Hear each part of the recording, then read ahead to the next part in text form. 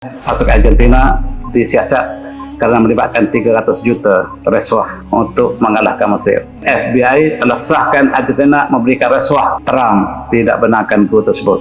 Apa cara sekalipun Argentina mesti menang.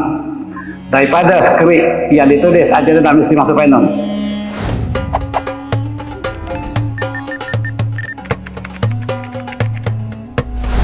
Jom sertai package membership kami, hanya klik button join, kemudian pilih salah satu daripada 3 pilihan dan nikmati video-video eksklusif hanya untuk members only. Terima kasih.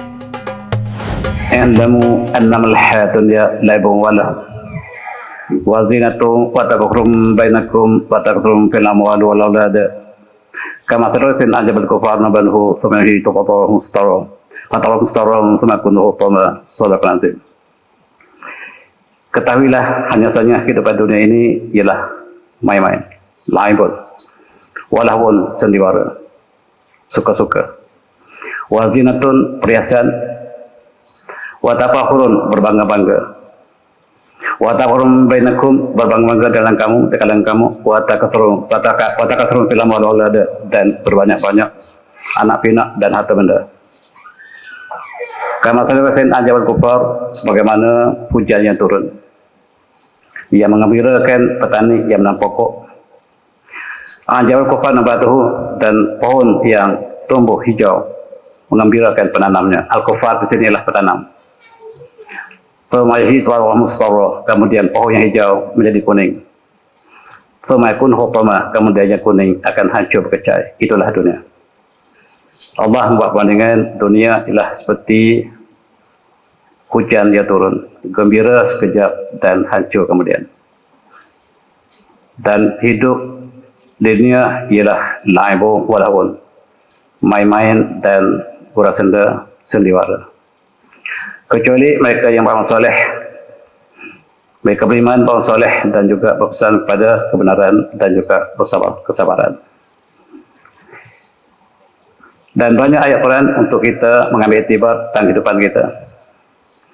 Dalam ayat surah Al-Hash umpamanya Allah menyebut fa'tabru ya ulil albab, dan ambillah iktibar bagi mereka yang ada basirah, yang punya mata hati yang jelas, terang. Dan ini turunkan kepada Bani Israel. Bani Israel yang dalam peperangan baginda Rasulullah di Khaybar. Khaybar ialah pertahanan terakhir Bani Israel ataupun Yahudi di Mekah, di Madinah. Dalam peperangan ini mereka kalah, dan sebelum mereka kalah, mereka telah merubuhkan kota mereka sendiri. Yukhribuna biyutahum biadihim wa ba'idil mu'minin, dan mereka rubuh rumah mereka supaya umat Islam tidak dapat faedah daripada rumah mereka. Dan umat Islam juga merubuhkan mereka. Dan ambillah iktibar, wahai ulil absar. Dan malam ini juga kita untuk ambil iktibar apa yang berlaku di sekitar kita hari ini. So Allah suruh kita ambil iktibar peristiwa yang berlaku. Bukan perkara yang berlaku, tapi di sebalik yang berlaku itu. Dunia ialah main-main. Dan sebagai pentas bangsawan, laibun itu pentas, sendiwara. Dan bila babak bermula, tirai dibuka. Dan tirai kita ialah dunia seluruhnya. Dunia ialah tempat pentas yang ada babak-babak yang suka duka, yang kemudiannya apabila tirai ditutup maka berakhir satu babak. Dan tempat pentas kita ialah dunia seluruhnya. Ini menarik apabila kita dengar kata-kata Shakespeare. Shakespeare mengatakan dunia ini sebagai stage, sebagai sendiwara, manusia pelakon. Kenapa Shakespeare sangat rapat dengan ayat Quran? Itu satu soalan yang tidak disebut di barat. Apa yang disebut oleh Shakespeare? Dunia sebagai pentas memetik daripada ayat Quran tadi. Yang memetik ayat Quran, i'lamu annamal hayatun laibun wa lahu. Dia petik di situ. Dan kehebatan Shakespeare ialah kerana banyak memetik tulisan umat Islam, disembunyikan oleh barat sampai hari ini. Ketika itu tulisan umat Islam berkembang ke Eropah melalui Spanyol, Andalusia, dirujuk oleh ilmuwan-ilmuwan awal Eropah, termasuk Shakespeare. Dan England masih berbangga dengan Shakespeare sampai hari ini. Sebagai orang pertama barangkali yang menulis. Dan dia banyak merujuk kepada karya Islam. Oleh sebab itu kita lihat pentas yang dia lakukan banyak memetik daripada kisah-kisah di Baghdad. Tapi dia sesuaikan dengan Rom. Apa yang berlaku di Baghdad umpamanya dalam Alfu Lailah wa Lailah, 1001 malam, ditulis balik dalam konteks barat. Kisah-kisah Kalalah wal Dimnah, dia terkenal di Parsi, juga dipetik oleh Shakespeare. Dan oleh sebab itu Shakespeare ini tidak wujud tanpa ada Islam. Without Islam, there will be no Shakespeare. Dan sampai hari ini mereka sembunyikan hubungan atau Shakespeare dengan Islam. Walaupun tidak ada bukti Shakespeare membeli Islam, tidak ada bukti sama sekali, tetapi rujukan karya. Dan apa yang dia sebut ialah pentas sebagai sendiriwara, ialah petikai orang. Dan kita jadikan itu sebagai tema kita hari ini.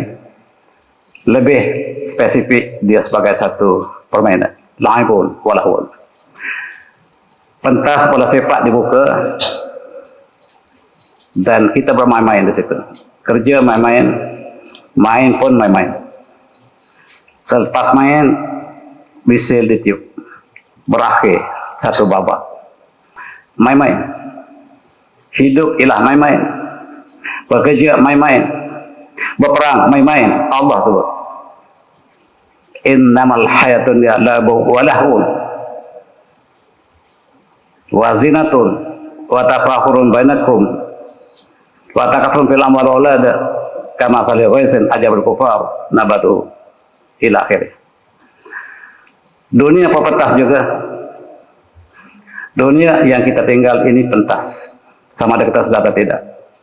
Kita sedang berlakon dan ramai yang berlakon, ramai yang hipokrit. Dan pentas dunia juga akan berakhir dengan tiupan whistle. Bukan whistle, tiupan sansakala. A'udzu billahi minasyaitonir rajim. Wa nafiqu suri fa'ataq wa fis samawati wa man fil ardh illa man syaa Allah. Dan akan ditiup sangkala asur ilah sangkala. Trompet yang besar.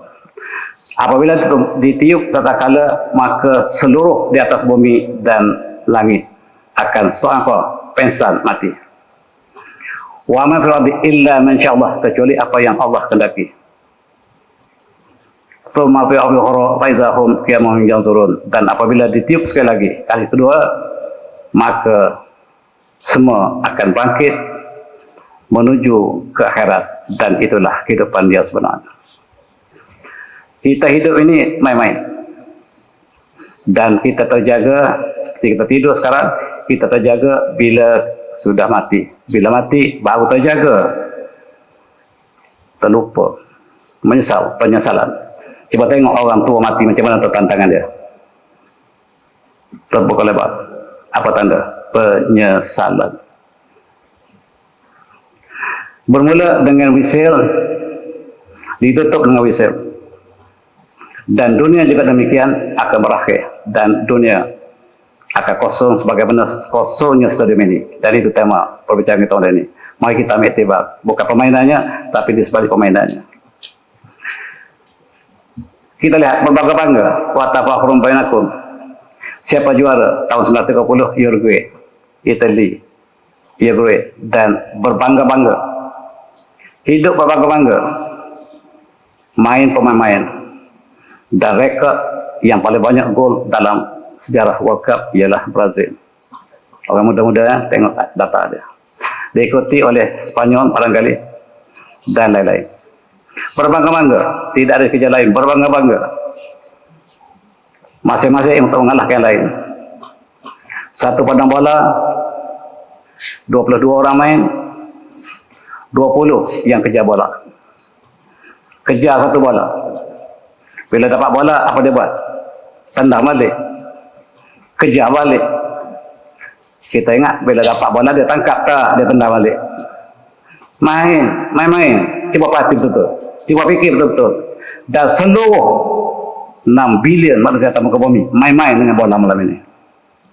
Bangun pukul 3, tapi tak solat tahajud. SOMC. Maaf saya, anak muda. Yang bermain ramai. Tahun ini 48 pasukan. Dan akan datang katanya 64. mungkin Malaysia boleh masuk. Di antara mereka ada negara Islam. Tetapi yang saya sebut bukan bolanya. Geopolitik yang ada dalam bola ini. Apa yang berlaku ialah kesimpulan geopolitik yang berlaku di luar diterjemahkan dalam bola ini. Di sini ada suka, ada gembira, ada yang kalah, ada yang menang. Sama seperti perang Iran dengan Amerika. Ada yang menang, ada yang kalah.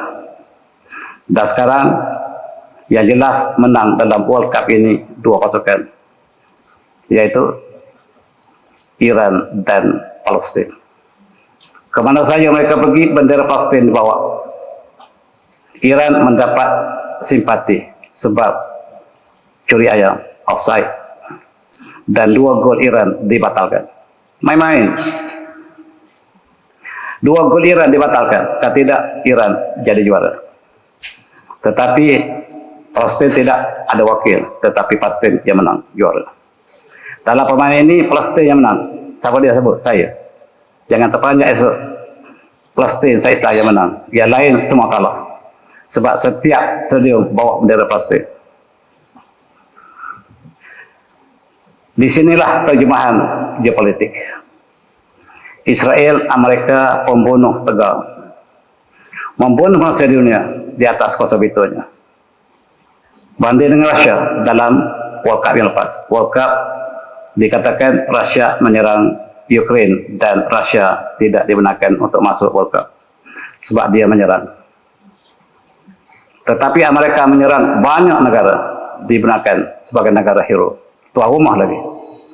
Hampir-hampir masuk ke Sukhoi, tapi tersekat. Itulah dunia. Tidak ada keadilan. Yang ada keadilan di akhirat nanti. Dalam pasukan bola dunia yang menggambarkan dunia yang kecil pun tidak ada keadilan. Referee pun menjadi pemain yang ke-12. Dan hari ini kita lihat pasukan Argentina disiasat karena melibatkan 300 juta rasuah kepada referee untuk mengalahkan Mesir. 300 juta, bukan sedikit. FBI telah isyaratkan ada melibatkan money laundering di antara pasukan yang terlibat. Geopolitik bukan saja dalam peperangan di luar, tetapi dalam bola sepak. Pertamanya, kalau kita lihat Amerika dibiarkan bermain, itulah geopolitik yang sangat-sangat kotor sebab dialah yang menyerang Gaza melalui Israel, menyerang Iran, dan dia menjadi tuan rumah. Sedangkan perkara yang sama dalam World Cup terlepas, Rusia dinafikan. Kita lihat apakah yang berlaku lagi. Di Gaza 73.000 yang dibunuh oleh Amerika melalui Israel, dan dia dikatakan sebagai negara hero. Dan dia bebas, tidak ada kesalahan sedikit pun. Sedangkan Rusia dinafikan ekonomi, disekat ekonomi. Sampai ini Amerika bebas, dia menyerang Ukraine, bukan menyerang Ukraine, menyerang Rusia melalui Ukraine. Dituduh Rusia menyerang Ukraine. Tuan-tuan kena tipu. Dia bawa tentera NATO ke Poland untuk provokasi kepada Rusia sebab Rusia Islam sedang bangkit. Di Chechen, di Dagestan, Islam datang dengan cepat, bangkit dengan cepat, dan Amerika harus sekat kedatangan Islam, dan dia menghantar tentera NATO ke Poland dan masuk ke Ukraine, sedangkan Ukraine adalah sebahagian negara Soviet Union semasa dulu.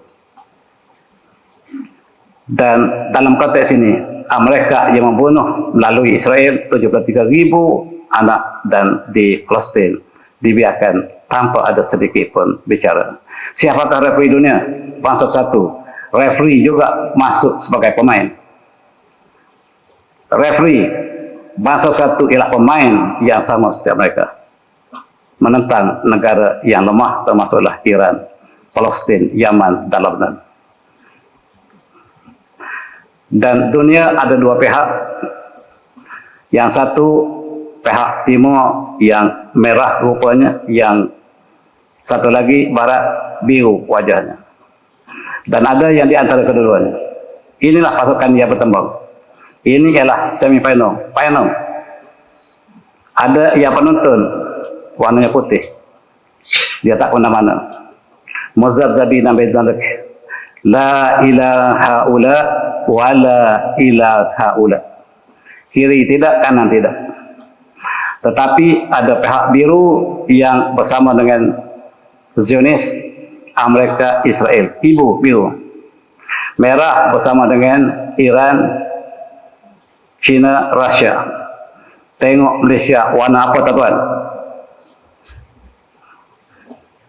Jangan cakap, nanti kena tangkap. Tengok saja, ada mulut diam. Ini referee. Ini referee dunia. Dia referee sepatut dia pada tengah. Bila mereka serang Iran, dia diam. Bila Iran serang balik base Amerika di negara Arab, dia sibuk condemn negara Iran. Ini dia. Dia adalah referee dan dia adalah pemain yang ke-12.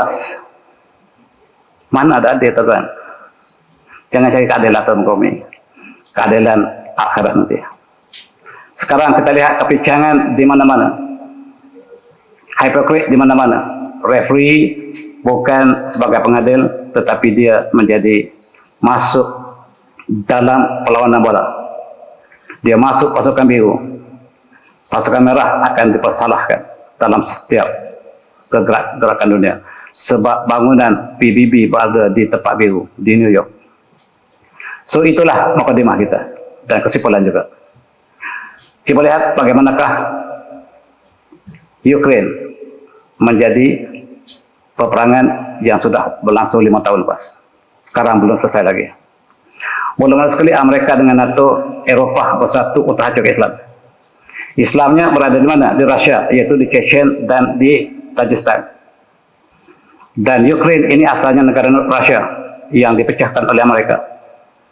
Dan apabila dimerdekakan oleh Soviet Union, maka ada perjanjiannya tidak boleh terlibat dengan NATO, tidak boleh terlibat dengan Eropah, dan mesti kekal berkecuali. Itu syaratnya.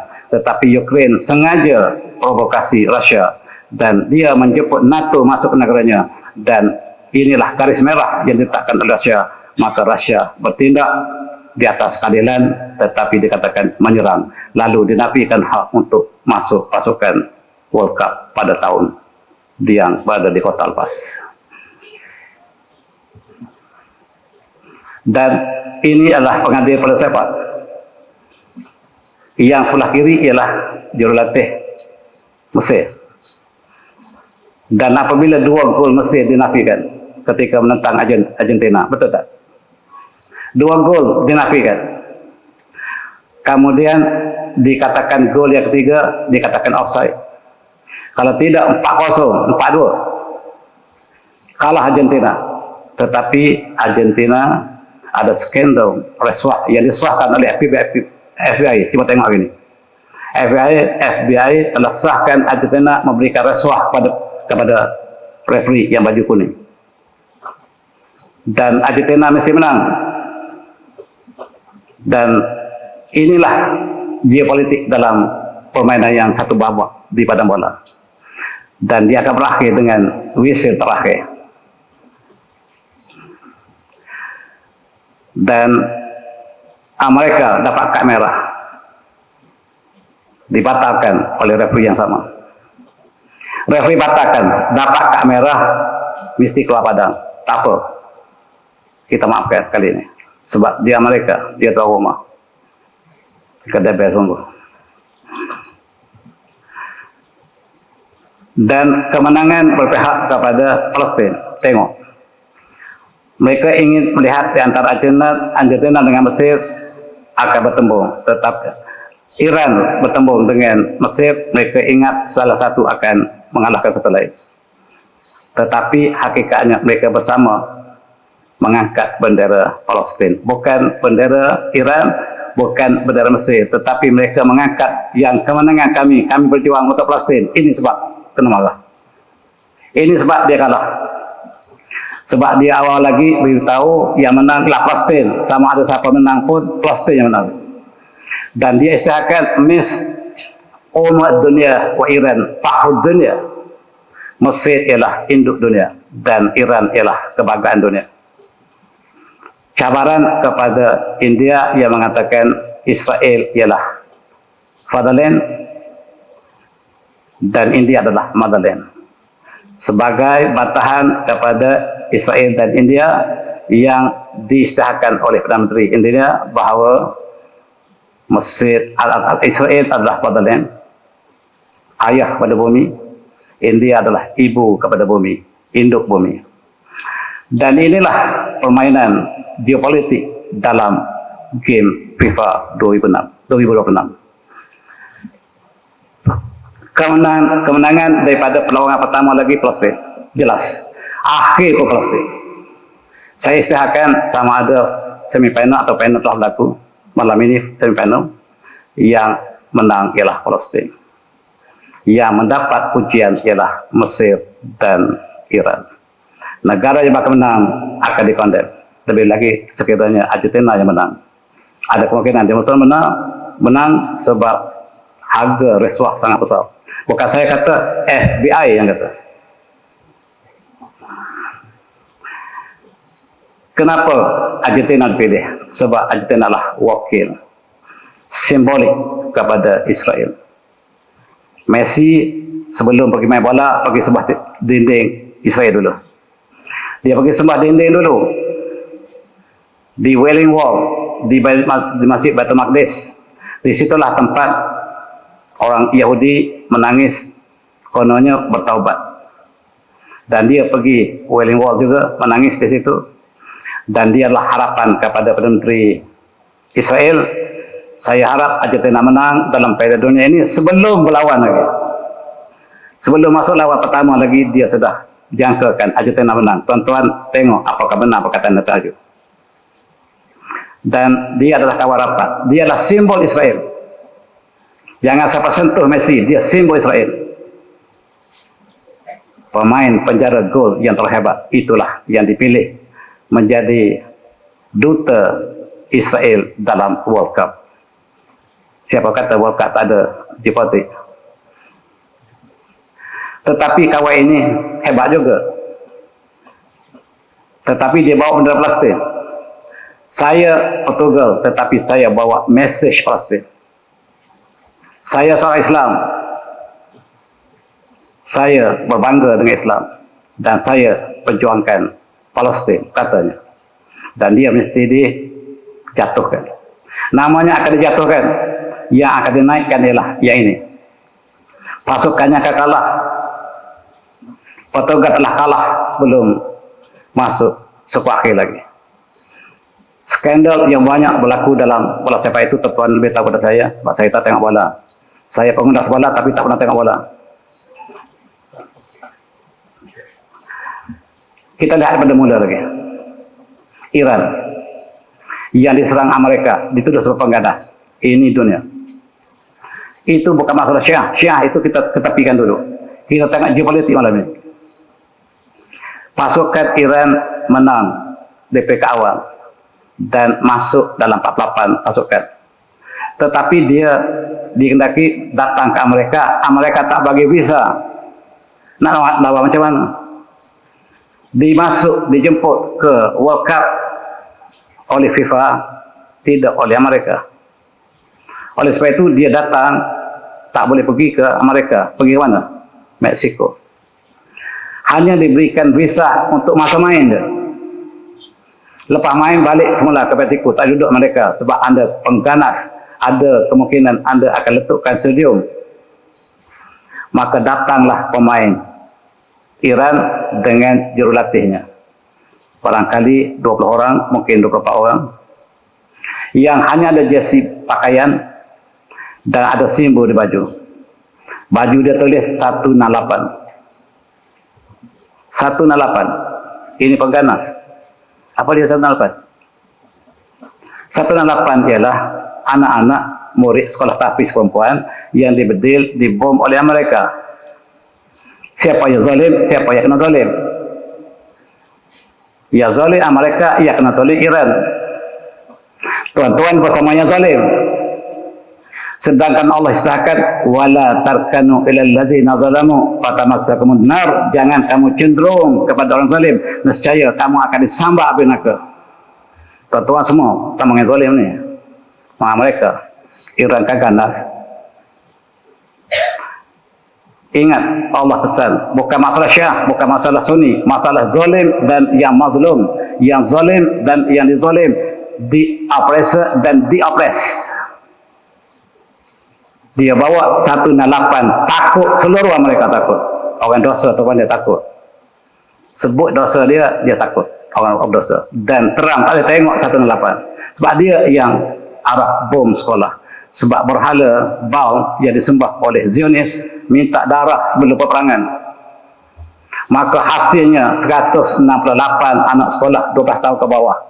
Sekolah tahfiz di Iran. Iran pun ada tahfiz juga, dia buat Syiah pun. Dibunuh. Dan mereka bawa simbol 168, ini pengganas. Yang pengganas hakikat mereka yang bom, hero. La'ibun walahun, dunia innamal hayatun ya la'ibun walahun. Dalam drama tuan, dia buat yang tak puas hati. Dalam wrestling, yang jahat selalu menang. Kalau yang baik menang, tak tengok dia tu. Mesti yang jahat menang. Yang baik tu akhir sekali menang. Patut kalah balik. Itu cara drama. Sekarang drama pun sama juga. Pada bola drama. Ini pasukan bola Iran. 300 nak gambarkan bahawa mereka pengganas, mereka datang dengan senjata yang banyak, 20 orang. Dan 300 keselamatan, tentera dan polis keselamatan iring mereka ke stadium. Pengganas tak boleh biarkan. Yang bawa ialah jersey 2 helai. Kalau masuk super akhir ataupun final. 2-3 jersey bawa, itu saja mereka bawa. Pengganas. Dan la'ibun walahun, dan tatuan bersorak di padang bola, tetapi tidak lihat apakah agenda di sebalik. 300 pasukan iring 22 orang, dan diletakkan di Meksiko, nak letak di Amerika, takut ganas, pecahkan stadium, bom stadium. Itu sikap la'ibun walahun. Dan mereka memang bawa spanduk minat 168. Apa minat? Sekolah kanak-kanak yang dibunuh oleh Amerika, Israel. Amerika takut tengok ini. Pengganas ini. Minat 168 ialah simbol kezuliman Amerika. Dibawa ke Amerika dan orang Amerika sokong Iran. Nak kata apa lagi? Dan Mesir juga bawa benda yang sama. Betapa derita jiwa mereka yang zalim, tuan. Orang zalim, tuan. Kalau kita sebut dosa dia buat, dia melenting. Sebab dia memang salah. Dia bayangkan pasukan Iran 22 orang tadi, termasuk jurulatih, akan bom stadium. Cuba tengok bagaimanakah mereka bermain naratif. Mereka gambarkan tak boleh biar pemain Iran sebab dia akan bom, dia jahat. Rekod yang jahat Amerika yang hancurkan 70 buah negara selepas Perang Dunia Kedua, termasuk Vietnam, termasuk Iraq, termasuklah Syria dan lain. Tetapi Iran tidak ada rekod melakukan percobaan dengan negara lain. Tetapi Iranlah yang jahat, Amerika hero. Boleh? Dunia tidak adil, tuan. Wabil akhiratun. Dan akhiratlah al-hayawan, kehidupan yang sebenarnya. Dan cuba lihat corruption yang berlaku dalam, bagaimana berlaku di geopolitik, beginilah berlaku di antara pasukan Argentina dan Mesir. Kita lihat yang menang adalah Mesir. 2 gol Mesir dibatalkan. Gol cantik Mesir, tak ada sebarang kesalahan. Dibatalkan, ditiup WC panjang, tak ada bantahan, tak ada VR, betul tak? Coba tengok. Di antara Argentina dan Mesir, Argentina Mesir menang. Belum main lagi Argentina Mesir menang. Siapa kata? Trump.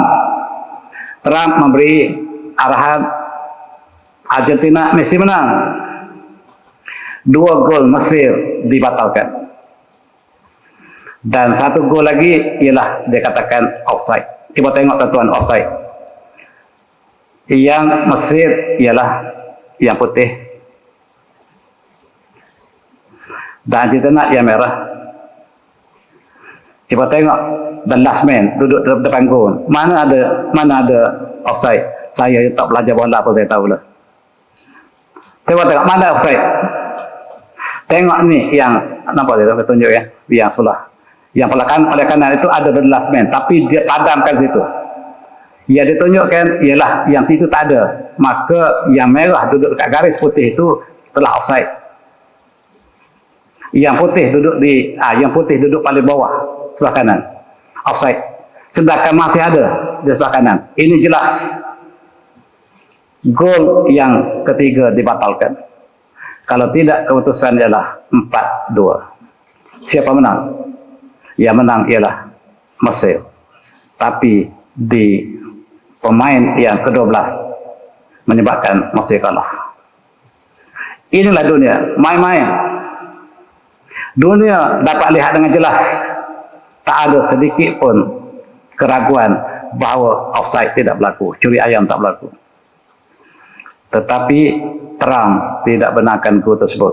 Apa cara sekalipun, Argentina mesti menang. Sebab kita nak final antara Argentina, tak kira yang lain. Argentina mesti masuk final. Sebab tiket mahal. Harga tiket final berapa tuan? 127,000 duit Malaysia. Itu tempat biasa. Tapi kosong. 127,000 kena jual banglo tuan nak tengok bola final. Dan mereka jangka penuh kalau Messi bermain.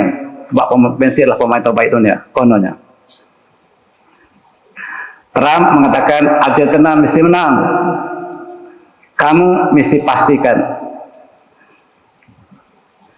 Dan inilah yang berlaku pada Mesir, kepada Iran juga. Separuh daripada offside di seluruh permainan sebelum quarter final diletakkan pada Mesir dan juga kepada Iran. Offside yang paling banyak dilakukan oleh Iran untuk menafikan kemenangan. Setiap kali tentang nak masuk gol, offside.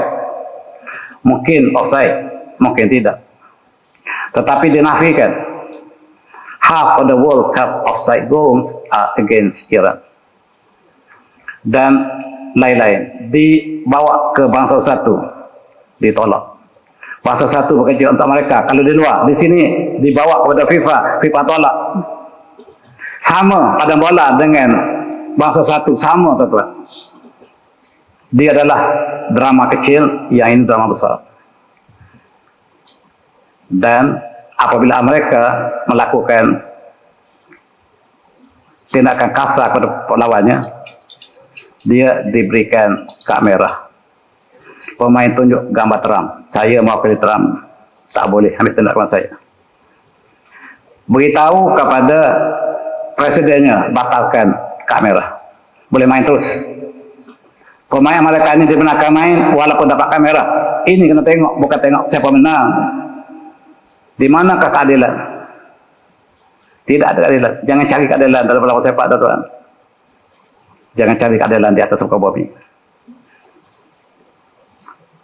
Dan kata Presiden FIFA, Gianni Infantino namanya.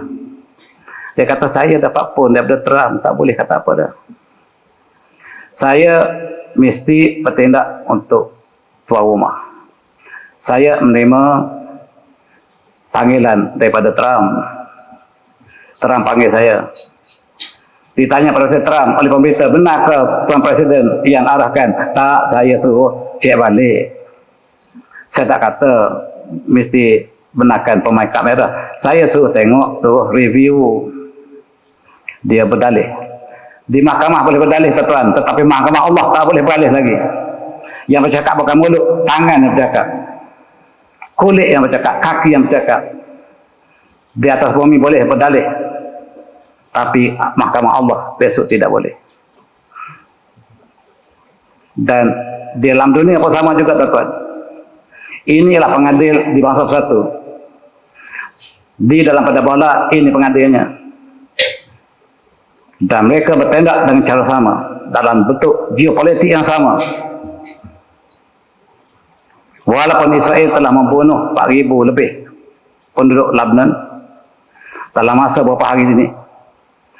Selepas gencatan senjata antara Iran dan Amerika, kekalahan Amerika di Iran, maka Amerika tunjukkan kemarahannya kepada Lebanon, menyebabkan 4,000 penduduk Lebanon yang berkorban. Tak salah, Amerika tak salah. Sebab dia Amerika. Siapakah yang menjadi referee? Ini dia referee. Referee dikatakan membunuh Lebanon, tak ada masalah. Tetapi kita condemn, janganlah bunuh ramah sangat. Ini referee dunia. Nak harap apa tuan pada referee dunia? Sebab dia dibiayai oleh Amerika. Amerika beritahu, kami lantik kamu untuk jaga kepentingan kami. Sama seperti pada sepak. Dan membunuh 73,000 di Gaza. Tak ada masalah, sebab referee kata tak ada masalah. Kita condemn Israel di Gaza, betul kita condemn. Tapi esok buat lagi, diam. Sama seperti kad merah tadi. Diberi kad merah, diabaikan. Dunia bola sepak sama dengan geopolitik. Itu poin saya.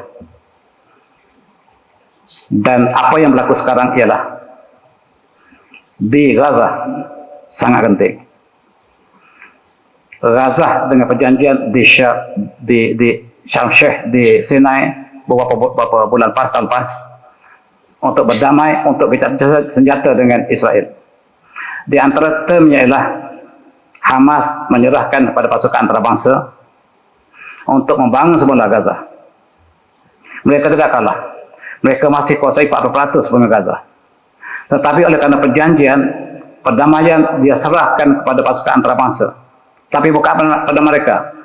Ia masuklah mereka. Dan dia akan halau semua penduduk Gaza yang ada dengan masuk dalam penjara yang disebut sebagai concentration camp, bakal dibina. Pembelutan dan matlamat mereka ialah untuk mengambil Gaza untuk jadikan wilayah Israel. Dan referee-nya ini dia.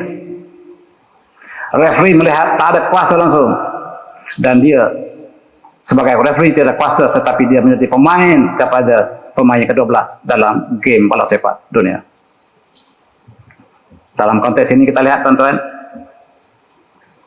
Argentina bangkit dalam pertandingan dengan Mesir penuh dramatik. Yang tadi kita lihat offside tidak berlaku.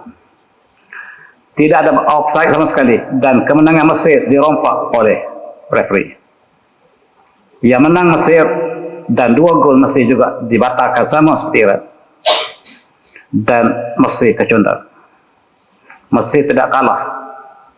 Dan dia bawa, walaupun dia tidak dapat meneruskan dalam semifinal ataupun dalam kota final, tetapi dia memenangi hati rakyat. Memenangi hati dunia. Sebab permainannya sangat clear. Tidak ada sedikit pun kesalahan. Tetapi dipersalahkan, 2 gol dinafikan. Maka kalah Mesir.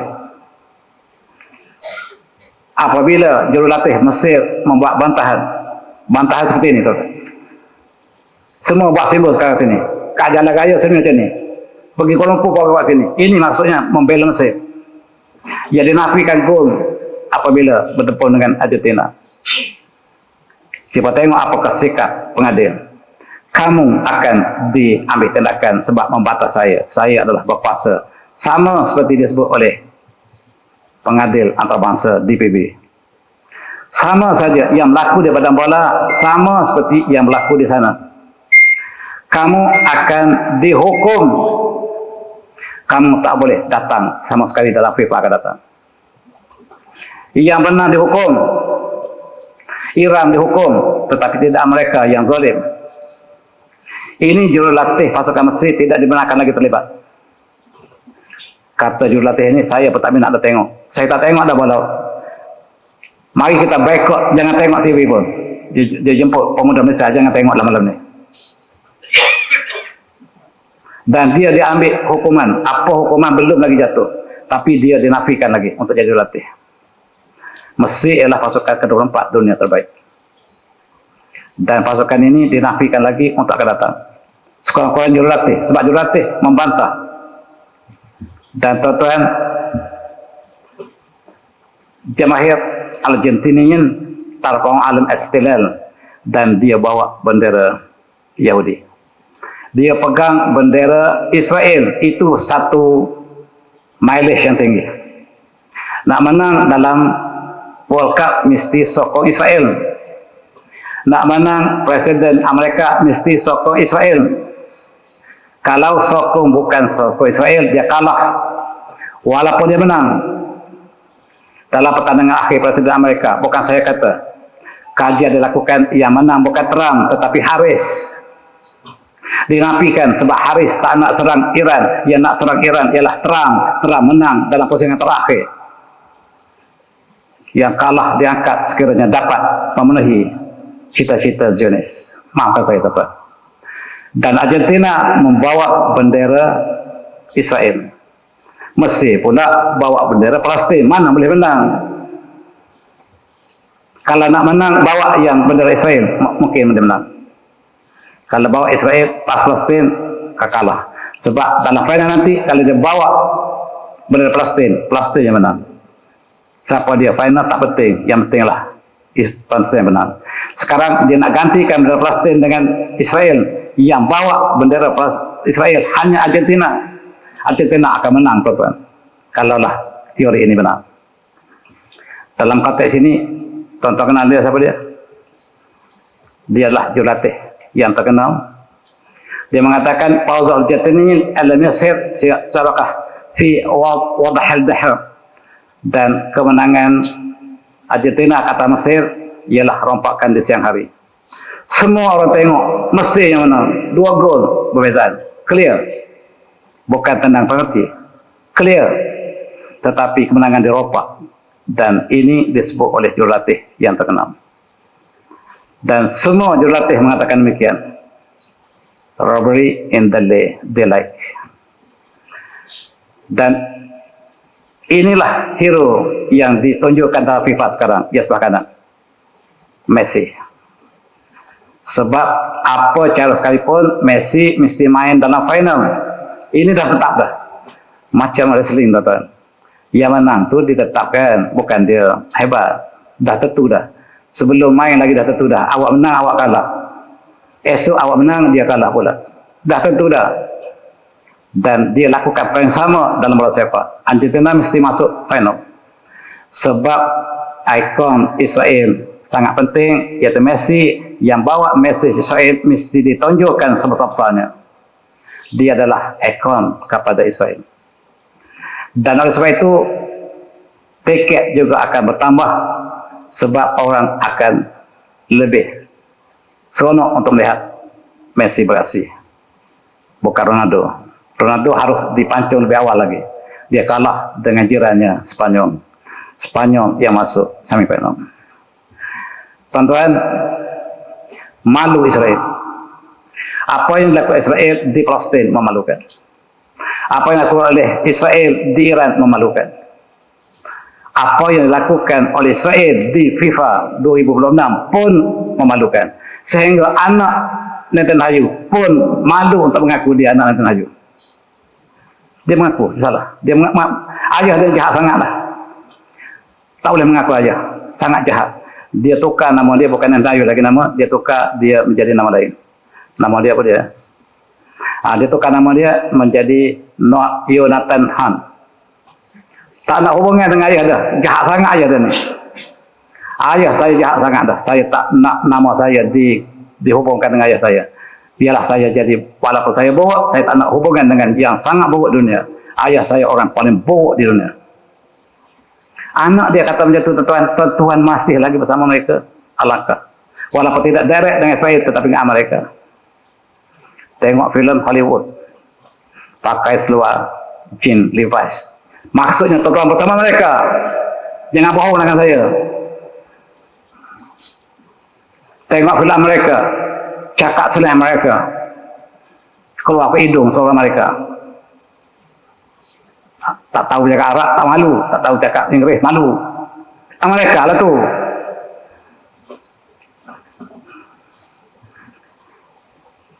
Netanyahu bukan orang Israel, bukan orang Yahudi. Tak ada kena-mena dengan Yahudi. Dia bangsa Gaza. Ini ayah dia. Kami bukan Yahudi. Habis yang dia klaim Palestin, bumi yang dijanji kepada Bani Israel, apa benda? Dia bukan Israel pun. Nama dia asalnya ialah nama Meluski. Dia kaum Meluski ialah keluarga Khazar. Khazar ini ialah Ya'juj Ma'juj. Khazar ialah bangsa Ya'juj Ma'juj. Ini Ya'juj Ma'jujnya. Ini semifinal dan final akan berlaku dengan penuh skandal FIFA yang menggambarkan apa yang berlaku dalam geopolitik hari ini. Mereka mengkatakan Rusia, tapi tidak Israel. Israel tak ada masuk. Kalau Israel masuk World Cup, Israel ada dalam pasukan. Tetapi kalau tak masuk, Israel akan dibenarkan masuk kalau layak. Tapi Rusia yang benar layak, yang diserang oleh NATO dan Amerika dinafikan hak dalam pilihan raya dalam tandingan dulu dan kini. Trump diberikan hadiah Nobel Prize dalam keamanan dunia oleh siapa? Oleh FIFA. FIFA yang berikan. Kemudian Messi tak boleh sentuh. Messi ialah ikon kepada Amerika dan Israel dan dia mesti bermain dalam final apa cara sekalipun. Takkah England yang juga menjadi penaja Yahudi akan sentak? Sebab England juga di belakangnya lah Rusia. Dua Yahudi akan bertembung malam ini. Dua Yahudi. Tapi yang mana lebih Yahudi akan menang? Yang mana lebih Yahudi akan menang? Dan inilah skandal terbesar. Dan dia menjadi babak yang kecil, sendiwara yang kecil tak pada bola, menggambarkan geopolitik yang besar di luar. Coba tengok orang ini. Siapa dia ini? Yang kepala watak ini. Dia sentiasa ada dalam perundingan kejahatan senjata. Di Sharm Sheikh, di Sinai, dia ada bersama Trump. Dan Argentina mesti menang, apa cara sekalipun. Dan dia melakukan yang tadi. Dan uang yang disumbangkan oleh FIFA kepada Israel digunakan untuk membunuh Gaza. Itu dia poin. Tiket yang dipungut oleh FIFA 100% project, colonial projects Zionis. Adik-adik, anak-anak muda kena faham, nak tengoklah. Tapi kena tahu apakah yang berlaku. Bukan tengok dramanya, tengok siapa pengarahnya. Pelakon hanyalah bercakap apa yang ada dalam skrip. Jangan tengok pelakon. Jangan tengok hero, tengok siapa yang menulis skrip. Tengok siapa yang petaskan sandiwara. Siapa dia produs atau penerbit dia. Produser dia. Siapa pengarah? Bukan pelakon. Pelakon tak ada apa-apa. Dan FIFA ialah mafia. Bukan saya kata. Yang kata mafia lah Gaddafi. Gaddafi mengatakan bahawa Yawma wasaf al-Qazafi al-FIFA al-mafia alamiah. Kata Gaddafi, tengok presiden FIFA itu ialah mafia Zionis. Dan dia mati karena kata-kata ini. Dengan kata-kata ini, Gaddafi dibunuh oleh NATO. Di Malaysia beritanya mengatakan Gaddafi dibunuh oleh rakyatnya. Bohong. Gaddafi dibunuh oleh NATO. Sebab dia menentang Israel. Dan dia istiharkan bahawa FIFA ialah mafia. Dia tidak jelaskan bagaimanakah mafianya. Coba tengok bagaimanakah FIFA hidup. Dia bersama Israel. Dulu di bola sepak itu ada bendera. Setiap yang masuk final, yang masuk dia layak ada bendera masing-masing di bola sepak. Dan Saudi masuk ketika itu. Dan bendera Saudi ada di bola, di atas bola. Apa dia bendera Saudi, tuan-tuan? Apa dia? La ilaha illallah Muhammad Rasulullah. Walaupun bola itu tidak digunakan di padang bola, tetapi simbol bola yang ditendang. Tuan-tuan tak sisih, saya menangis tengok bola, ada gambar la ilaha illallah data bola. Tuan-tuan tak tidur, SOMC. Sebab tuan-tuan tengok pelakon, saya tengok pengarah. Ini dia, siapakah FIFA? Dia sama seperti geopolitik di luar. Dia penyokong Israel dan dia dilantik oleh Israel. Ada agenda triple S, sports, seks, dan screen. 3 agenda yang dibawa oleh FIFA. Sport banner sedia banyak-banyak seluruh dunia, termasuk negara Islam, supaya pemudanya lalai. Musim bola sepak, budak-budak, anak-anak, pemuda-pemuda masuk pukul 4 petang, keluar pukul 1 malam. Di mana asal, di mana maghrib, di mana isya. Itu matlamat sebenarnya S pertama. Negara Islam mesti ada sedia banyak. Negara Arab kita buat sampai ke atas sedia. Dan seketika tidak ada bola sepak, kita adakan dengan konsert. Penyanyi-penyanyi yang perempuan yang genik-genik menyanyi ditirukan oleh, termasuk pembesar yang meresmikan peristiwa tersebut. Ini agenda S yang pertama, sport.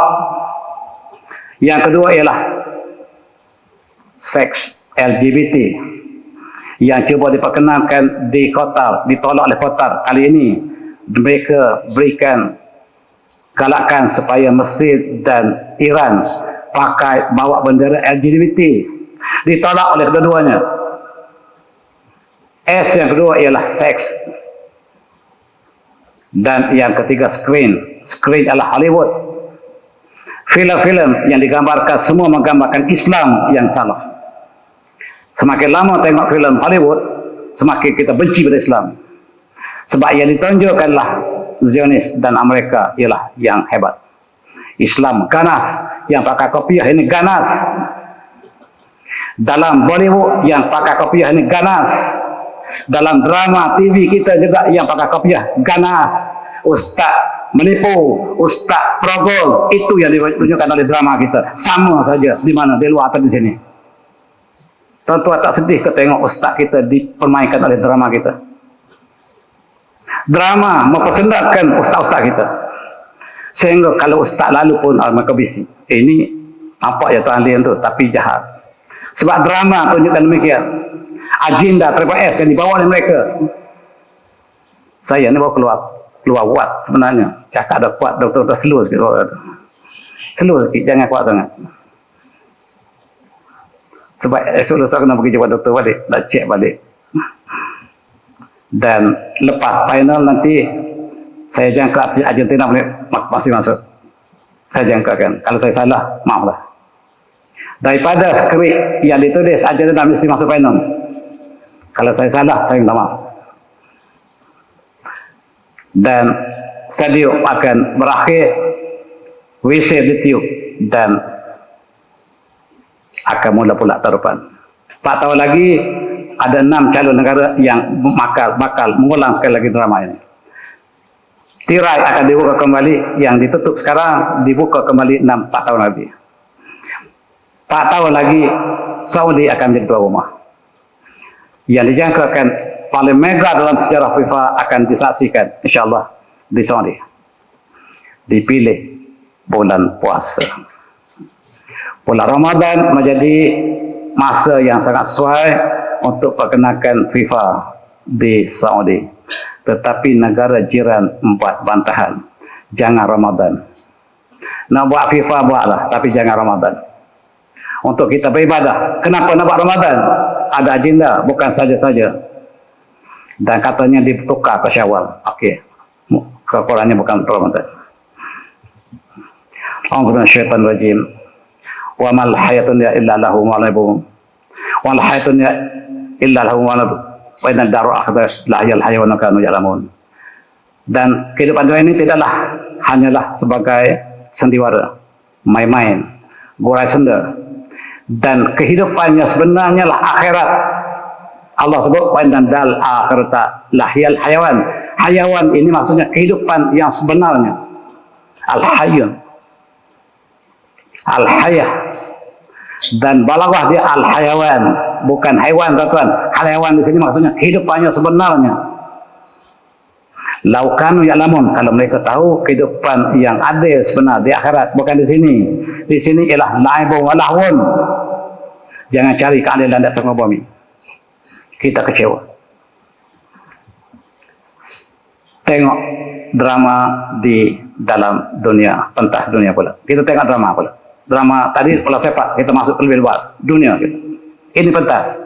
Sejak dunia yang kedua, perang dunia kedua, Amerika sudah membunuh 30 juta manusia. Inilah yang dianggap sebagai terbaik dunia. Inilah sebagai hero dunia, yang menjaga keamanan dunia, yang menjaga negara Arab dengan membina kamp tentera mereka di seluruh negara Arab. Dia telah membunuh 30 juta umat manusia. Dia telah bom Hiroshima, Nagasaki.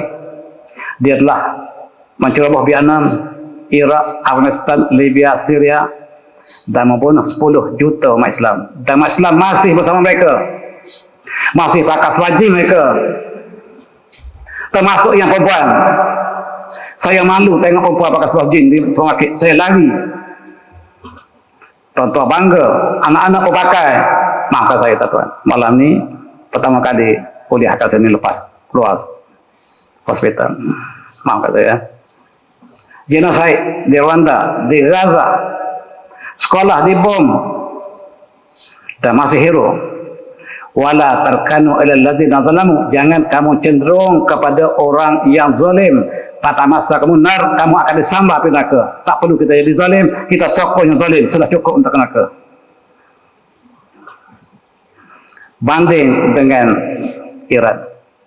Tuan-tuan, banding yang Amerika ceroboh berpuluh-puluh negara, Iran belum ada negara yang ceroboh. Tetapi Iran ni Syiah, jangan sokong dia. Yang Syiah inilah yang pertahankan Masjid Aqsa, yang pertahankan Gaza, yang Sunni. Yang Sunni negara Arab tidak pertahankan Masjid Aqsa yang diceroboh oleh Israel, yang membiarkan Gaza mati kelaparan. Itu Sunni kita, kita lah. Iran yang Syiah pertahankan Masjid Aqsa dan memberi bantuan kepada Gaza. Gaza keserangan, nasib baik ada Iran yang Syiah. Referee dunia sekarang melagakan Amerika dengan Iran. Tak ada pasal-pasal di Israel. Referee-nya ialah bangsa satu. Dia tengok siapa dia menang. Kalaulah Amerika menang, teruskan. Kalau Iran menang, okey, kita gencatan senjata, siap. Bagi senjata balik ke Amerika, okey, orang balik. Nampak nak kalah, gencatan senjata. Berapa kali gencatan senjata, tuan? Gencatan senjata maksudnya Amerika kalah. Dan ini ialah Menteri Pertahanan Israel. Dia kata kita boleh masuk mana-mana saja. Kita tidak terikat dengan undang termasa sebab we are the chosen people. Nahnu syamballah mukhtar. Kami adalah bangsa yang Allah pilih. Kami, dunia ini Allah jadikan untuk kami. Kami nak masuk Lebanon, boleh. Kami nak masuk Iran, boleh. Jangan tanya sebab kami atas kepada undang-undang dunia. Undang-undang itu kami yang buat. Bangsa satu yang buat undang-undang itu bawah kami. Kami tidak terikat dengan undang antarabangsa. Tak perlu bincang antarabangsa pada kami. Kami tak terikat. Nak bincang orang seperti ini, tuan. Dan sekarang Trump mengatakan selepas 2 kali kita senjata, serang balik. Serang balik Iran sampai akhir. Ini perhitungan kita terakhir. Trump mengatakan ini perhitungan kita terakhir lepas 2 kali kalah. Bila Amerika kalah 2 kali kita senjata, dan sekarang dia mula balik bila dapat bantuan banyak daripada kesatuan Eropah. Jerman, UK dan kuncu-kuncunya menyediakan senjata yang banyak kepada Amerika, dan mereka mula serang Iran balik hari ini, semalam. Serang ketika mereka sedang mengemumikan pemimpin tertinggi yang dibunuh oleh Amerika. Senjata Iran ialah Selat Hormuz. Dia tutup Selat Hormuz. Amerika perangi dan terpaksa membayar uangnya banyak untuk buka kembali terusan ini, sebab terusan inilah nadi ekonomi dunia.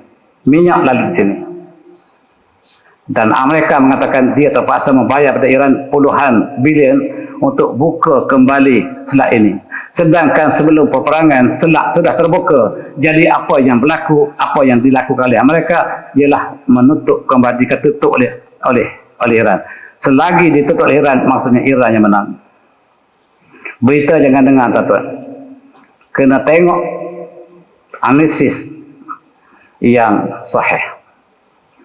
Dan mengikut profesor ini, profesor Amerika, seorang Cina, dia mengatakan Amerika sudah kalah 2 kali. Petrodolar telah berakhir dan sekarang ditukar menjadi petro yuan. US dollar telah jatuh. Tuan-tuan yang masih ada petrodolar, masih ada US dollar, hati-hati sebab sekarang orang guna yuan, tak guna US dollar lagi. Sekarang minyak diniagakan bukan US dollar lagi, dengan yuan. Cari yuan itu duit siapa? Mereka serang ketika Iran sedang melakukan pengkebumian pemimpin mereka yang dibunuh oleh Amerika 4 bulan tertangguh pengkebumian. Mereka sangka dengan bunuhnya pemimpin tertinggi ini Iran akan kalah. Tapi mereka salah. Mereka membunuh pemimpin Ayatullah ini seperti mereka memecahkan botol parfum. Botol minyak wangi dipecahkan dan baunya tersebar ke seluruh dunia. Ini dah yang berlaku. 43 juta yang keluar. Yang mengiringi jenazahnya dalam 10 tempat. 43 juta. Yang tak pernah berlaku dalam sejarah moden. Amerika kata 10 juta. Iran kata 43 juta. Saya serah tuan, yang mana betul. Dan mereka serang sekarang ketika baru saja pengkebumian dilakukan. Akhir sekali ketika jenazah dibawa ke Mashhad di Iraq untuk dikebumikan, mereka bom pula jabatan. Tak ada pasal-pasal. Bukan lagi peperangan ini.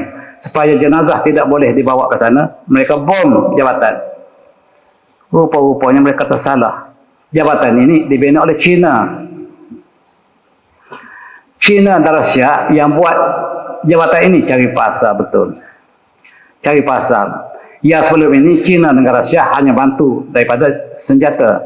Tetapi tidak terlibat dengan peperangan perang. Sekarang dia telah bom jabatan China dan Rusia. Maka berhaklah China dan Rusia masuk peperangan direct dengan mereka. Dan kita tahu siapakah, langit manakah yang tinggi, bumi manakah yang rendah. Mereka cari pasal meruntuhkan jabatan yang dibina oleh China. Dan China mengatakan kami tidak boleh berdiam diri lagi. Dan kini peperangan akan bermula. Dan inilah yang mengatakan bahawa Perang Dunia Ketiga sedang disebut dari saat ini sedang loading, sedang dalam diambang.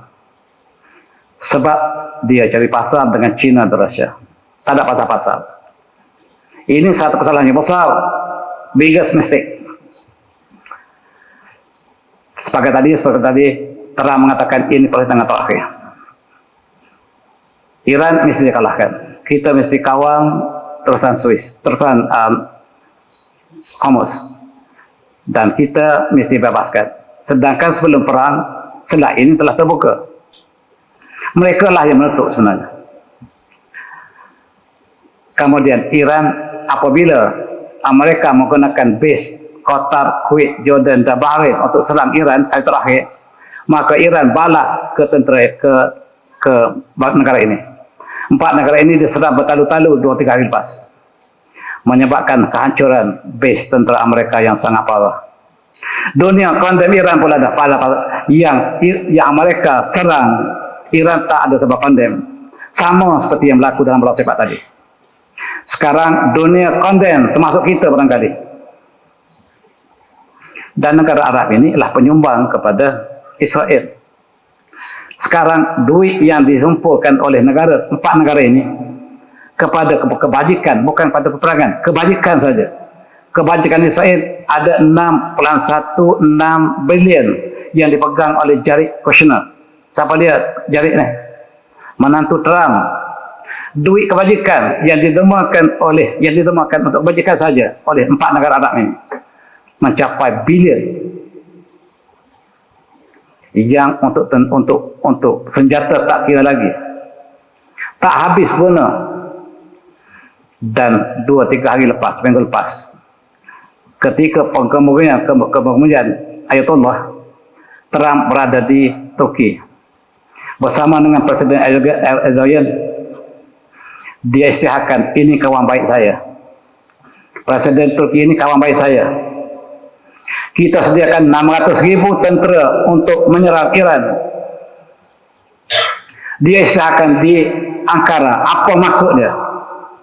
Tuan-tuan boleh lakukan kajian selanjutnya. Apa maksud dia isytiharkan perang di Turki? Turki pula mengambil peranan Amerika di Ukraine untuk memerangi Rusia. Dulunya Turki bersama dengan Iran memerangi Amerika, tetapi sekarang dia bersama dengan Amerika, bersama dengan Ukraine menyerang Rusia. Turki buat 2 pendekatan yang head-on collision, dan ditunggu oleh Iran dengan 600.000 tentara lain. Sekarang kita buat perhitungan terakhir. 600.000 lawan 600.000.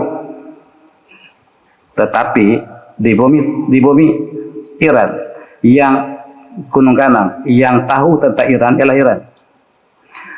Petang tadi berita pertama saya lihat peperangan berdepan, senapan dengan senapan berdepan, mengerikan tuan-tuan, jatuh bergolek. Tentera Amerika jatuh bergolek sebab sudah berdepan, dan ini pertengahan terakhir. Dan dikatakan great battle is about to begin. Apa yang berlaku ialah Iran keluarkan tentera terbaik mereka. Tuan-tuan, Iran ada 3 pasukan tentera, yang 3-3 ini tidak ada hubungan. Sekiranya 1 pasukan tentera belot, ada 2 lagi. 3 ini dipimpin oleh 3 pasukan tentera yang berbeza. Dan kalau 2 belot, last masih ada. Iran sudah jangkakan mungkin ada belot tentera mereka. Tetapi kali ini dia telah keluarkan yang terbaik. Tentera terbaik yang tak pernah digunakan telah dikeluarkan hari ini. Dalam breaking news yang keluar tadi, dia telah sampaikan tentera terbaik Iran di sempadan Kurdistan. Peperangan bukan lagi di Iran lagi, tapi dia keluar daripada Iran. Sekarang ke Irak dan Kurdistan yang diperjuangkan oleh, kononnya Amerika membela Kurdistan, rupanya Kurdistan dijadikan sebagai alat untuk menyerang Iran. Dan Iran mula menembak menggunakan drone yang sangat efektif. Dia telah menggunakan kamikaze. Kamikaze digunakan pertama kali dalam peperangan di Ukraine, dan dikatakan tidak ada satu pun kamikaze yang miss. Semuanya precise, tepat ke sasaran. Dan sekarang dikeluarkan besaran kamikaze dalam masa beberapa minggu yang terakhir ini. Apabila Bandar Abbas, bandar di Hormuz diserang oleh mereka berlalu, dan sekarang di Selat Hormuz sangat-sangat dahsyat.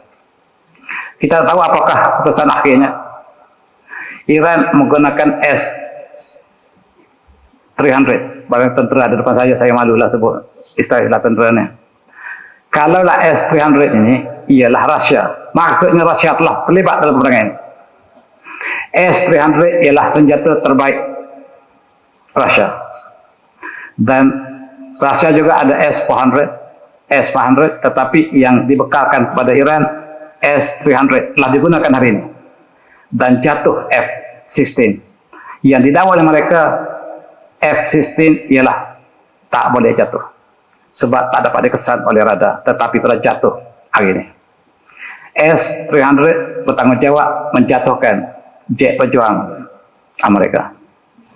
Dan sekarang apa yang berlaku? Iran menyerangi base tentera di Jordan dan hancur lebur dengan 10 misal.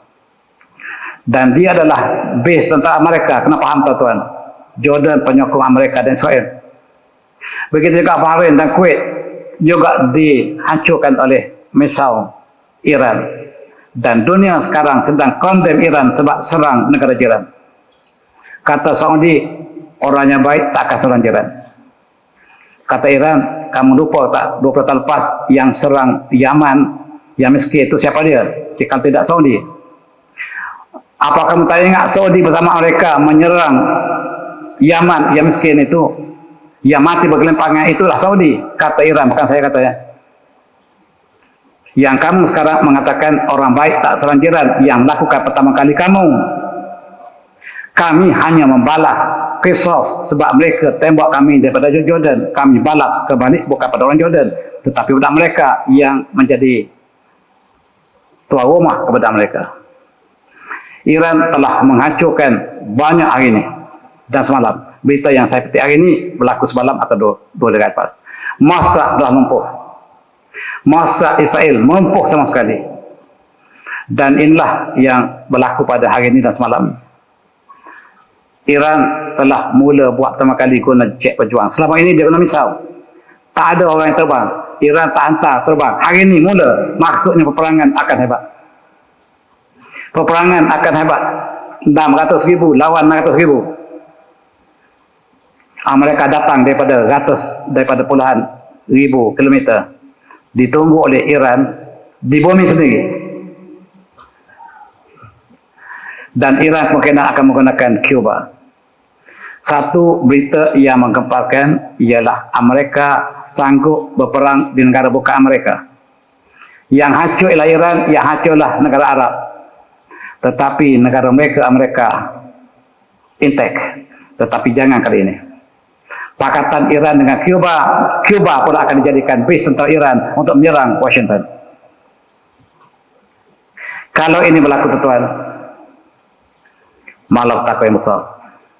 Innamal hayatun laibun wa lahwun wa tafakhurun wa takasrun. Itulah yang Allah sebut. Dan sekarang mereka ingin masing-masing bangga dengan kekuatan masing-masing. Israel menyerang Lebanon dan kalah di Lebanon. Berita tak keluar. Jeneral mereka terbunuh di Lebanon, tentera mereka terbunuh di Lebanon, tentera mereka terperangkap di Lebanon dan minta dunia tolong Israel sebab tentera kami ramai terperangkap di Lebanon. Kami tak boleh keluar lagi dah. Baru kita tahu mereka kalah di Lebanon. Dan mereka minta dunia tolong cepat kami. Negara Arab pula bersama dengan China, ikhlas atau tidak, confirm kami tinggalkan US dollar. Kami akan gunakan petro yuan China. China akan menjadi kuasa menggantikan Amerika. Bila wang China digunakan untuk dunia, maka China akan jadi superpower baru menggantikan Amerika. Dan yang peliknya, negara Arab yang beri sokongan. US dollar collapse. Dan muncul petro yuan sekarang. Bitcoin pun muncul kembali. Tapi tengok hukum apakah yang dikeluarkan oleh mufti kita tentang Bitcoin. Hati-hati. Misi Amerika setakat ini gagal. Untuk hancurkan Iran gagal. Untuk sekat ekonomi China dengan tarif yang tinggi gagal. Untuk ambil Greenland gagal. Untuk buka Hormuz gagal. Dan lain-lain. Amerika negara yang gagal. Itali ialah negara penyokong Amerika. Sekarang tengok Iran yang menang. Nanti dulu. Kami tarik diri daripada Amerika sekarang. Kami tarik diri daripada Israel. Amerika kata bagi bumi Itali untuk kami serang. Habis-habisan Iran. Tak boleh. Tak berani lawan tuan-tuan. Dah berani lawan, Itali dah berani lawan, sedangkan dia penyokong tegar Israel. Sekarang membantah bahawa kami tak boleh benarkan bumi kami untuk jadikan landasan untuk menyerang Iran lagi. Dan yang peliknya, Itali mula berbaik dengan Iran. Berpura-pura, dunia adalah hypocrite. Penyokong tegar kepada Israel, berpura-pura baik dengan Iran, sebab Iran menang. Spanyol lebih ikhlas. apabila Amerika minta base negara Sepanyol jadikan base baru untuk menyerang Iran, cukuplah kami dibohongi satu kali. Dulu Amerika kata di Iraq ada senjata pemunah besar-besaran, weapon of mass destruction. Bila Iraq hancur 1 juta dibunuh oleh Amerika, Saddam Hussein digantung. Kami tanya, di manakah senjata? Amerika mengatakan, Bush mengatakan, tak ada. Kami tahu tak ada, tapi kami ingin hancurkan Islam. Itu sebab kami masuk Iraq. Terbuka. Ketika itu saya di England. Dalam Parlimen England ditanya kepada Tony Blair, Perdana Menteri, secara live dalam Parlimen. Parlimen England BBC secara live. Ditanya oleh wakil Parlimen, apakah hasil dapatan apabila Iraq dihancurkan oleh mereka? Sebab UK menjadi penolong kepada mereka untuk menghancurkan Iraq. Tony Blair menjawabkan, memang tidak ada, sama seperti Bush jawab. Cuma kami pergi ke Iraq untuk hancurkan Islam. Itu jawapannya ikhlas. Ikhlas. Apabila Bosnia dihancurkan oleh Serbia, Karadzic akhirnya dibawa ke mahkamah. Ditanya dalam mahkamah dunia kepada Karadzic, kenapa kamu bunuh Serbia? Sebab kami bunuh, Amerika suruh. Tentera kita Malbat pergi tolong bersama Amerika, yang suruh bunuh Amerika. Karadzic jawab, Karadzic mengatakan Amerika menjanji untuk hancurkan Islam di Bosnia, di Balkan, tetapi tak pernah buat. Kami mendahului Amerika. Itu jawapan Karadzic. Al-Kufar dan Al-Limanta Wahidah, orang kafir satu agama saja, tuan. Dan kata Sanchez, Perdana Menteri Spanyol, kami tak ingin dibohong lagi. Sekarang kamu mengatakan, Amerika mengatakan Iran ada senjata nuklear. Bohong. Sebab kami dibohongi kali pertama. Kami tak percaya lagi mereka. Sekurang-kurangnya Spanyol menunjukkan sikap yang lebih adil daripada negara apa saya. Saya salute kepada Spanyol. Spanyol tarik dutanya daripada Israel. Dan duta Israel di Spanyol dihalau keluar serta-merta. Ini pertimbangan yang betul, bukan hipokrit. Ini bukan hipokrit. Spanyol negara pertama menghalau wakil Israel, duta Israel, dan menutup kedutaannya di Tel Aviv. Apakah senjata terakhir kepada mereka? Senjata terakhir ialah false flag. Apa dia false flag? Buat jahat dan kita tuduh musuh kita.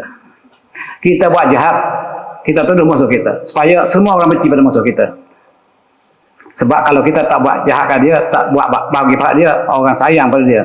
Jadi kita buat dia tunjuk. 11 September dalam The File, Epstein mengatakan yang dibuat, yang meruntuhkan deputisi ialah Yahudi, Zionis. Yang dituduh ialah Osama bin Laden. Dan dengan satu bangunan yang diruntuhkan, maka mereka dapat 3 buah negara Arab dengan percuma. Sebab menuduh Arab yang menggunakan, sedangkan sekarang sudah pecah. Yang melakukan 11 September ialah false flag.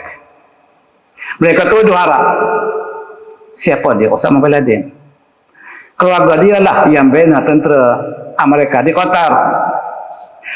Rupanya Osama bin Laden, keluarga bin Laden, syarikat bin Laden ialah aset Amerika.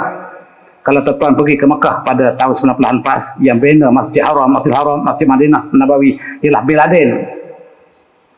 Bin Laden tak ada kena-mengena dengan keganasan, tetapi digunakan oleh Amerika. Dan Amerika yang buat kejahatan, dia tuduh Iran. Dan apa yang jahatnya lah Amerika. Dia tuduh Iran, dia tuduh Lebanon, dia tuduh Yaman, dia tuduh negara-negara yang baik-baik. Ini kita panggil false flag. Setiap 6 bulan dia akan cipta satu false flag. Apakah yang terkini, yang terbaru false flag? Apa dia, tuan? Ini dia. Ini dia false flag. Dia kata Iran ingin membunuh pemimpin Yahudi dan Amerika. Ini false flag. Dengar betul-betul. Dan di antara yang terbunuh semalam ialah orang ini, 2-3 hari lepas. Dia pergi wakil Amerika Israel ke Ukraine untuk tambah senjata Ukraine. Dan dia adalah penyokong tegar Israel dan terbunuh. Segera Amerika menuduh yang bunuh adalah Iran.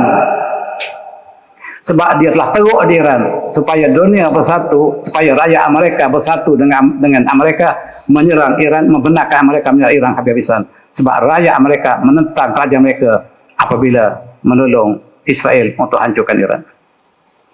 Dan dia segera mengatakan yang membunuh orang ini, senator ini, Lindsey Graham ini ialah Iran atau Rusia. Maksudnya dia nak serang Rusia. Dia letakkan pembunuhan ini kepada Iran dan Rusia. Dan kita tahu ini false flag. Kata Iran, kata Putin, kata Amerika, Putin yang bunuh. Dan kata yang lain pula, Iran yang bunuh. Sebab sekarang peperangan sedang rancak antara Ukraine dengan Rusia. Untuk justifikan sekiranya rakyat percaya yang membunuh adalah Rusia, maka rakyat Amerika akan bersama untuk memerangi Rusia. Itu poinnya. Dan sekarang Ukraine hampir-hampir kalah dengan Rusia. Ukraine sudah hampir kalah, memerlukan suntikan dengan false flag, maka dia tuduh Putin lakukan. Dan pada masa yang sama dia kata rancangan antara Iran dengan Putin untuk dapat satu batu dapat 2 burung yang mati. Dia tuduh Iran pula. Iran mengata bahawa yang membunuh cek di White House. Tepat jawatannya. Nak tahu pembunuh, tengok di White House, cari pembunuh di White House. Aku peranjak terang. Yang bunuh bukan kami, bukan Rusia, tapi White House yang bunuh, kata Iran. Cari siapakah di White House. Ini betul. Kenapa Israel, Yahudi ingin bunuh penyokong mereka? Supaya dunia simpati.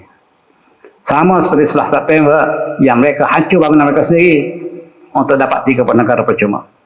Kadang-kadang kita main chess satuan, kita korbankan pon kita. Bukan kita korbankan pon sebab kita sedang aim untuk checkmate. Kena pandai main catur. Mereka bermain catur di sini. Lain walah pun. Satu lagi. Antara Republikan dan Demokrat dalam Kongres Amerika hanya beza 3. Hanya beza 3 wakil rakyat saja. Dan 2 sakit, mereka perlu seorang lagi mati. Dan tepat kawan inilah mati dan Trump akan jatuh. Trump dan rangkaian mereka bertanggungjawab. Dan ini dirancang oleh orang lain. Dan ini false flag yang terbaru. Payah tuan-tuan faham. Permainan live walaupun ini sangat kompleks. Kalau bola-bola sepak tadi senang kita tengok offside, tapi di sini tak jelas offside-nya. Dalam konteks ini tuan, White House tak selamat lagi. Wahai rakyat mereka, yang akan bunuh kamu bukan kami, tapi White House. Bila mereka masuk Cuba, Cuba beritahu kepada tentera Amerika, yang bunuh kamu bukan kami, kata Castro. Yang bunuh kamu ialah White House. Ini dilakukan untuk false flag, dan false flag dilakukan setiap 6 bulan.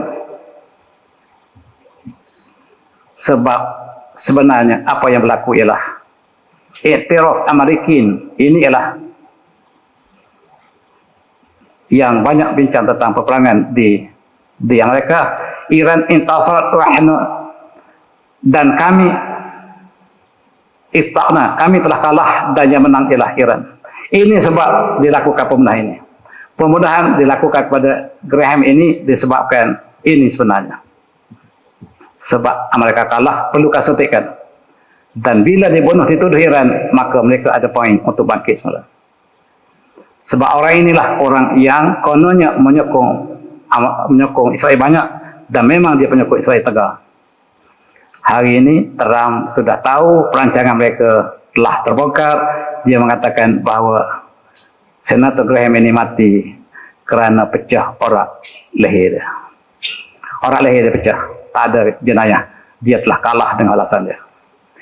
Tuduhan pada Rusia dan Iran terbukti false flag, dan dia mengatakan untuk tutup daripada pembunuhan dilakukan oleh mereka sendiri terhadap senator mereka, sebab perbezaan ahli parlimen, ahli kongres hanya 3 orang, 2 sakit, 1 perlu dimatikan. Permainan mereka sangat dahsyat, tuan. Kalau kami kalah 600,000 lawan 600,000, last kali nuklear. Kami akan guna nuklear kalau kami kalah. Memang kita jangan tahu nuklear. Kami akan gunakan nuklear sekiranya kami kalah hari ini. 600,000 lawan 600,000 ialah perhitungan terakhir. Kalau kami kalah, tak minta bicara senjata, kami terus guna nuklear. Tuan-tuan, guna nuklear, yang menang jadi arang, yang kalah jadi abu. Dua-dua kalah. Tengok apa yang berlaku, bukan Amerika seorang yang ada nuklear. Ada 10 buah negara lain yang ada nuklear. Yang menang jadi arang, yang kalah jadi abu. Sekarang, apabila kamu benar-benar ingin nuklear kami sekarang istihad, kami akan sediakan tenaga nuklear.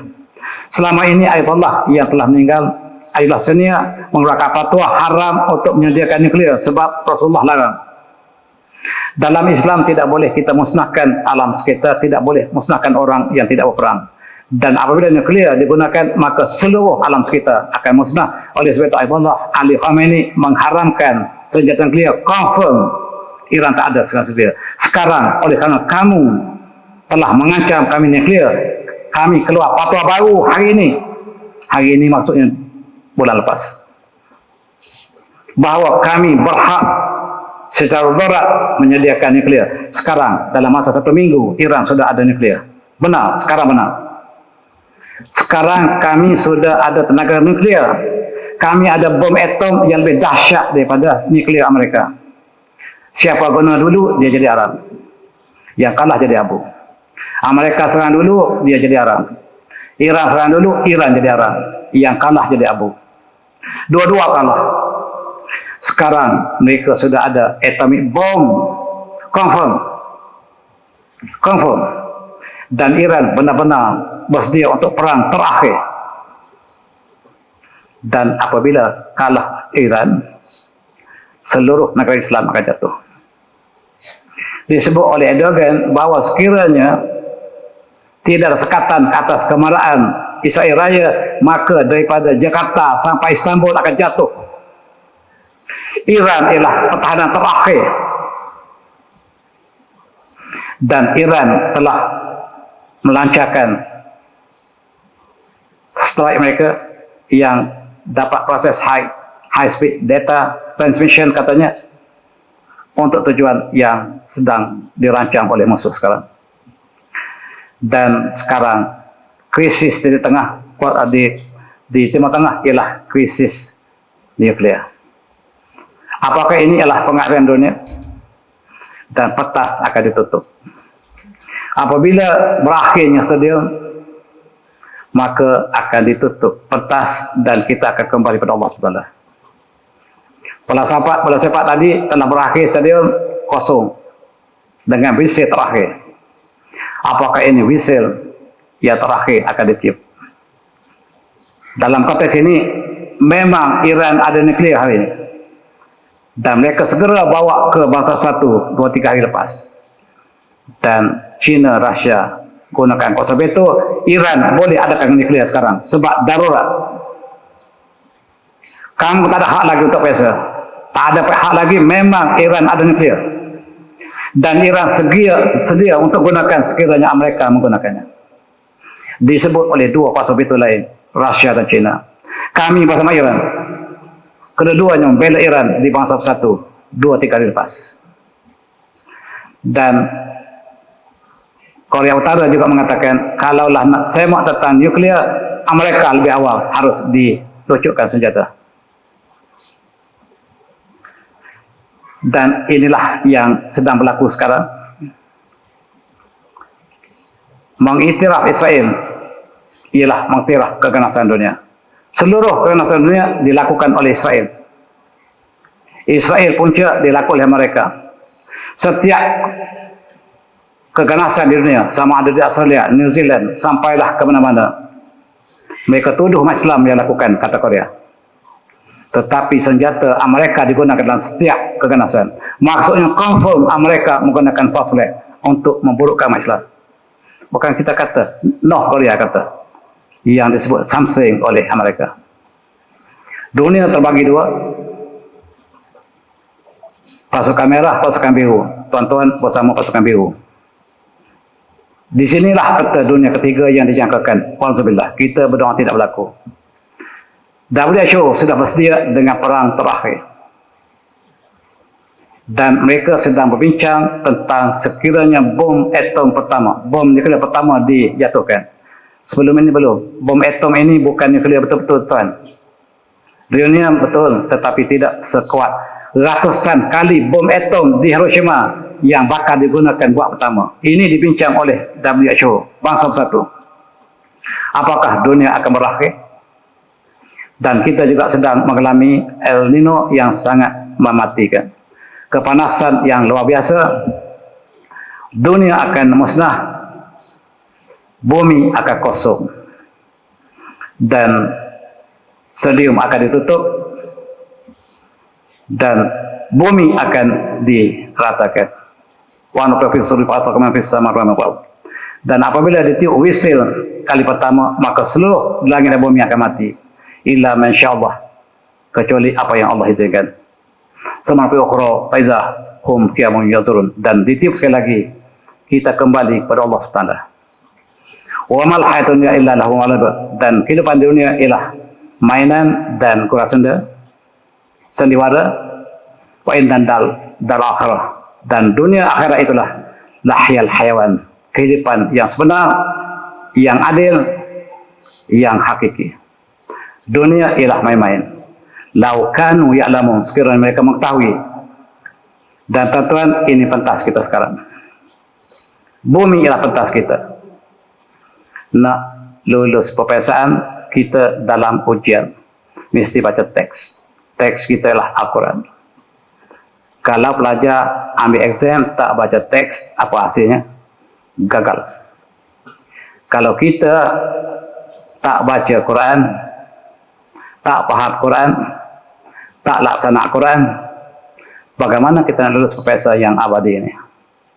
Kita dalam Dewan Peperiksaan. Alladzi khalaqal maut, alladzi khalaqal mauta wal hayata liyabluwakum ayyukum ahsanu amala. Dan Allah dialah yang menjadikan kematian dan kehidupan untuk menguji kamu siapakah yang paling baik amalannya. Siapa yang buat kebaikan dapat 10 ganjaran. Man jabil hasanati falahu amsalha. Wala menjadil habis hasanati falahu amsalha. Siapa yang buat kebajikan dapat 10 kebajikan, 10 markah. Wa man jabisati fala jazaa illa amsalha. Siapa yang buat keburukan tak dibalas kecuali setimpal dengan kejahatannya, talak 1 markah.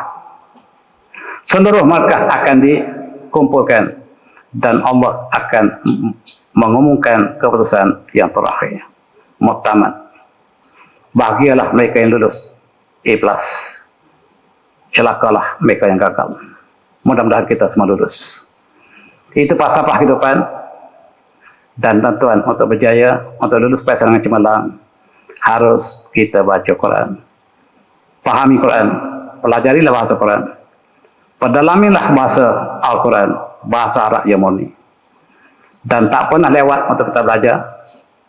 Pesanan saya untuk saya dan tuan-tuan, jangan lupa pelajari bahasa Al-Quran. Bacalah tafsir dan adakan kelas yang khusus di surah ini. Mudah-mudahan kita sama-sama menguasai Al-Quran. Sebab ini pertahanan kita terakhir. Sebab banyak sangat cabaran dan kepalsuan dunia. Dan itulah pesanan saya untuk saya dan tuan-tuan juga. Akhir sekali saya tutup dan saya ada bawa 2 buku saya terbaru. Boleh tuan-tuan lihat di luar nanti.